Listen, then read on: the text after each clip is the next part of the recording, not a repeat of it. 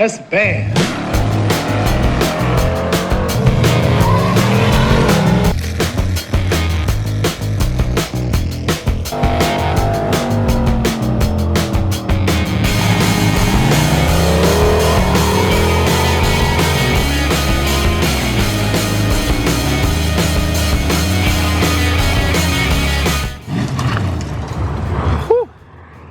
Alright, so today we are actually going to begin work on our dime a dozen S10 build. This thing is pretty well stripped out already. The only thing I have to do is pull the steering shaft so I can get that header off, and then I need to run that over to my dad's so that my neighbor can get them. I'm going to let him get them for like 20 bucks. They're pretty used. It's not a lot, but every little bit helps the budget with this. And then today what we're going to do is try to get the engine built and together and maybe sat down in the truck. Like I said, I need to pull that header off the steering shaft and run those over to my dad's, and while I'm there I need to grab another engine stand for this thing because all three of mine are kind of tied up right now.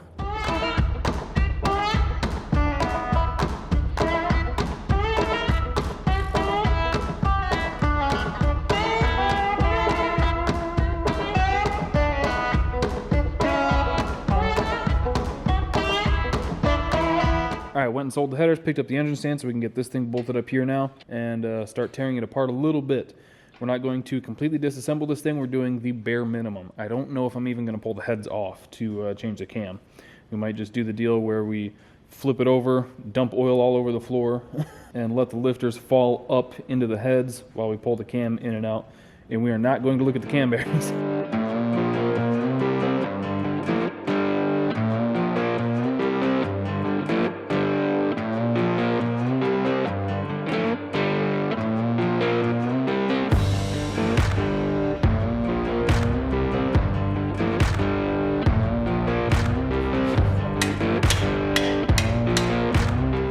So I'm going to start with pulling the intake off. I don't know if we're going to use this exact intake. We're still going to use another truck intake, but I might see if I can trade this one or something for an earlier one with the cable throttle body, because those have the the feed and return line on the fuel rail, and it has its own regulator, so we can just run fuel lines right from the fuel tank up to this. It'll self-regulate at whatever pressure it wants, I think 58, and it'll go back to the tank.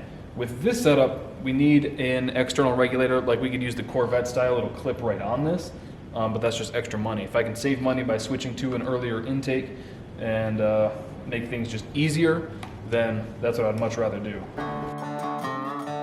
Man, at this point it feels like I've torn apart so many LS's, and it's kind of become second nature to tear these things apart, but luckily they come apart super easy. Woohoo, she's grungy. I sure do wish that I could take this thing outside and power wash it, though. It is way too cold for that right now. And no, I'm not going to load it up and take it to a car wash. We're just going to live with this the way it is. This is the dirty part of our down and dirty budget build. So I couldn't find any paper towels, but luckily I found some old packing paper to plug the intake ports while I gave the engine a quick blowjob to get all the crud off of it. And then I could move on to pulling the coils and valve covers off this thing. And then next up was pulling the rockers and the push rods out of this thing so I could roll it over without any spring pressure on the cam. And then next up we had the water pump that looks like it was replaced not too long ago. And then luckily all of the remaining exhaust manifold bolts came out without a fight. So I was just going to leave these heads on, flip the motor over, do the cam swap that way, but I think what I'm going to do instead, while I've been sitting here thinking about it, one, because I don't have my valve spring compressor here to do it with the heads on the motor, so I would have to pull them off anyway to get the big like C-clamp one on there. So I am going to pull these off, and we'll take a look at the cylinder walls and everything while we're in there, I guess. I wasn't planning on doing that, but you know, we're going to be there. We are still going to reuse these head gaskets, so I hope everything comes off nice and easy. What the? Get back here.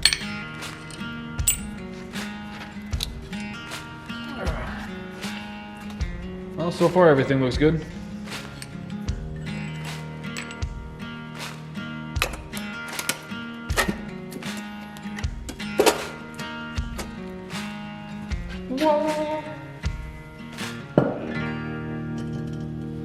So all the cylinder walls looked good and the motor turned over nice and easy, which is always a great sign when you get a used motor. You never know what you're gonna get.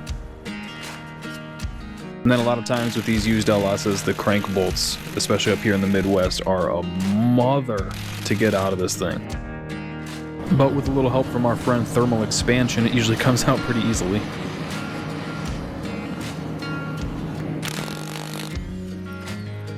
And once that pesky crank bolt was out of the way, getting the balancer and timing cover off this thing was a breeze, and we can start pulling the old cam out of it. So now the cam retaining plate, and you will note that the cam retaining plate bolts are a lot shorter than the timing cover bolts. You can see that?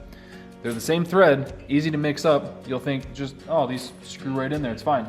But in my experience, what I've done before is I've put too long of a bolt in there, and when you roll the motor over, the counterweight hits the bolt. So be careful not to mix those up, because it really sucks when you have it all together and then you gotta take it all the way back apart. And then now that we have the cam retaining plate off, this seal, while you're in here, it's always a good idea to replace these. It's cheap insurance. These will occasionally like get crushed over time, and they'll allow oil to just weep by, which it almost looks like this one was starting to do here. So I should actually replace this. All right, so I got all the lifters out with no surprises. All the wheels look good, they roll smooth. There's a little bit of scoring on a few of them, but nothing that I'm really concerned about. Now we can finally pull the cam out of this thing. And if you've never pulled a cam out, you'll be happy to hear this little tip. Take the water pump bolts and thread them right into the cam. It works perfect. It gives you the leverage to actually hold this thing instead of trying to like get a screwdriver in there and all that.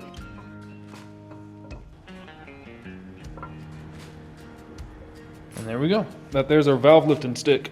So now I can introduce you to our new bump stick, and it's going to be a very familiar blend. All right, I know what it looks like. Get your mind out of the gutters, okay? So this is our new camshaft and our valve springs, hopefully. And I'd be lying if I said I wasn't a little nervous about this, because I ordered this from eBay, which in itself can be kind of sketchy sometimes. But I ordered this as a cam and valve spring kit from eBay for 140 bucks. Now, this is just supposed to be like the sloppy stage 2 cam. Like I said, very familiar blend, but it is all new levels of cheap.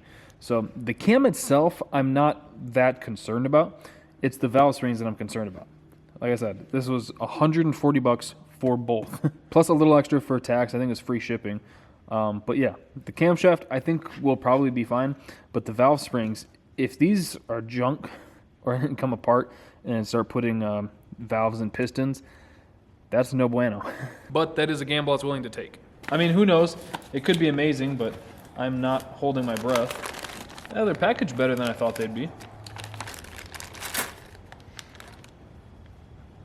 I think I'm going to regret this, but I'm also going to go put this in the bench vise real quick and measure the lift this thing can take, because this cam should be 585 lift, so I'd like to see anything more than that. But we'll start with 1/8 installed height and go from there. I know that this is a pretty crude way of doing it, but it's what I've got right now.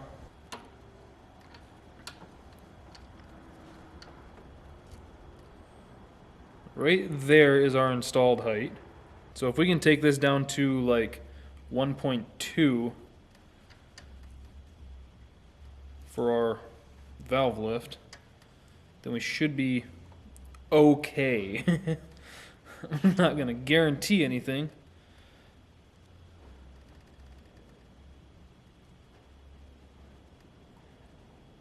Yeah, they weren't bound up at 1.2. We at least know that they can take the lift. I don't know about seat pressures or anything like that, but we at least know it can take the lift. I have bought some of the cheap Amazon cams before, and they're usually packaged like trash. This one's already a lot better. This one's got bubble wrap and that like sleeve that goes over them. Oh dude, we're golden. We're looking good. I do see one thing that I'm not happy with.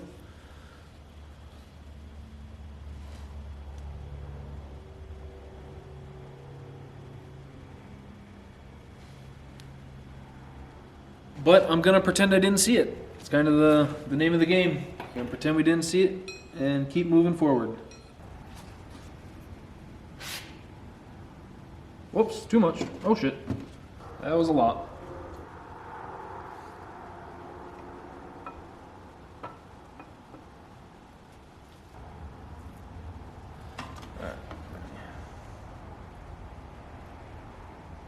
Oops, too much again. Oh god. Oh shit. Whoopsie. There's some dots. All right, and then while I've got it right here, before I put the timing cover and everything back together, what I'm gonna do is take most of the bolts out of the oil pan, except for the back 2 or 3, and let the front drop down to about here so that I can get to the spring in the oil pump, and we're going to shim it a little bit to try to boost our oil pressure a little bit.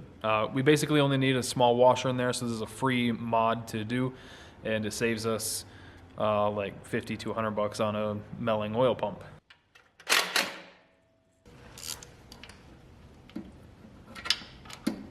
Come on. There we go.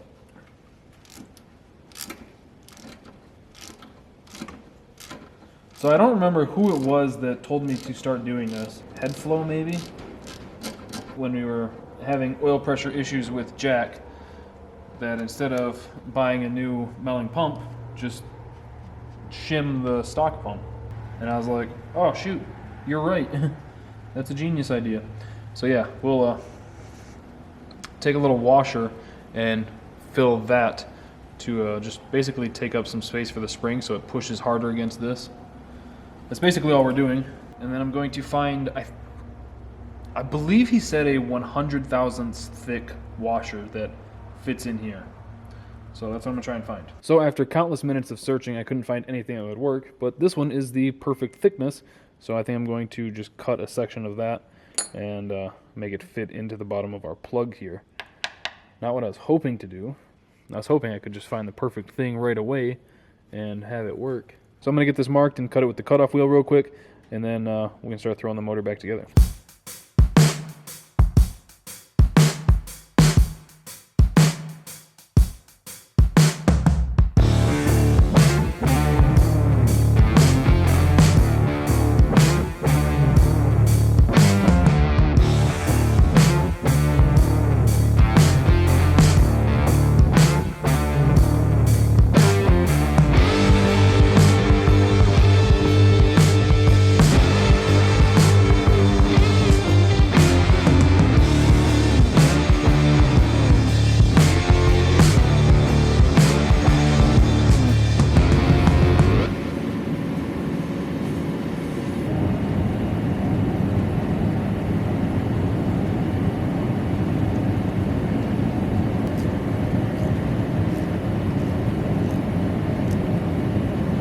Okay, now that the front of the motor is all back together and that's all good, I can start throwing the springs in the heads. And we'll try to get that knocked out pretty quickly, get the heads bolted back on, and then I can throw on the motor mounts and show those to you guys, and we can see about possibly getting this thing tossed in the truck.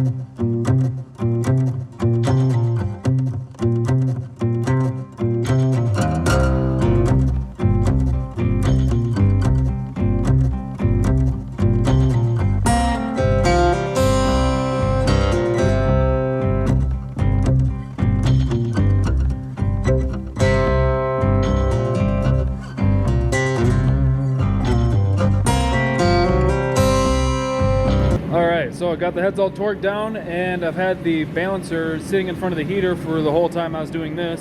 So that thing should be expanded enough to slip right over the crank snout here.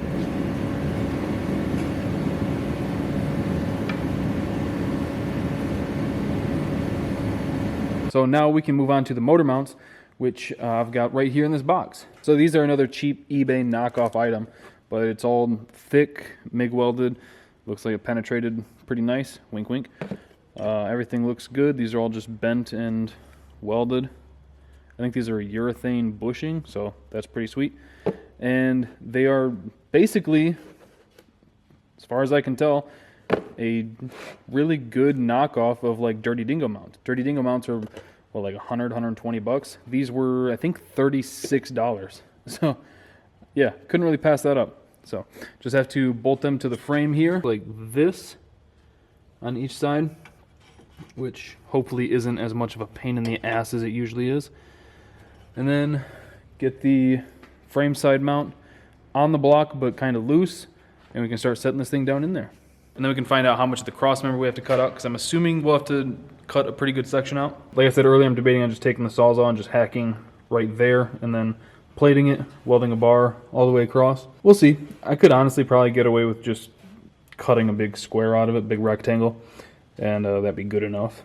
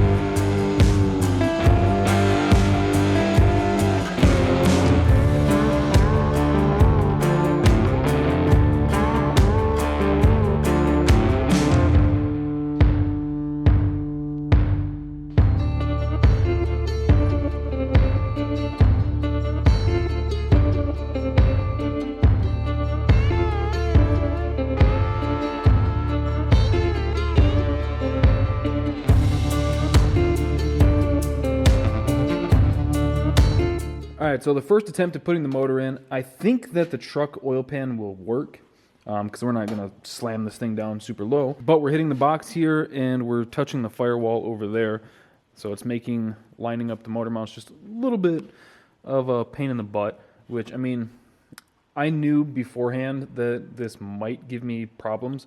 I was just being super arrogant, thinking, nah, it'll work for me. So I'm going to pull the motor back out, and we're going to massage things and make this thing fit perfectly.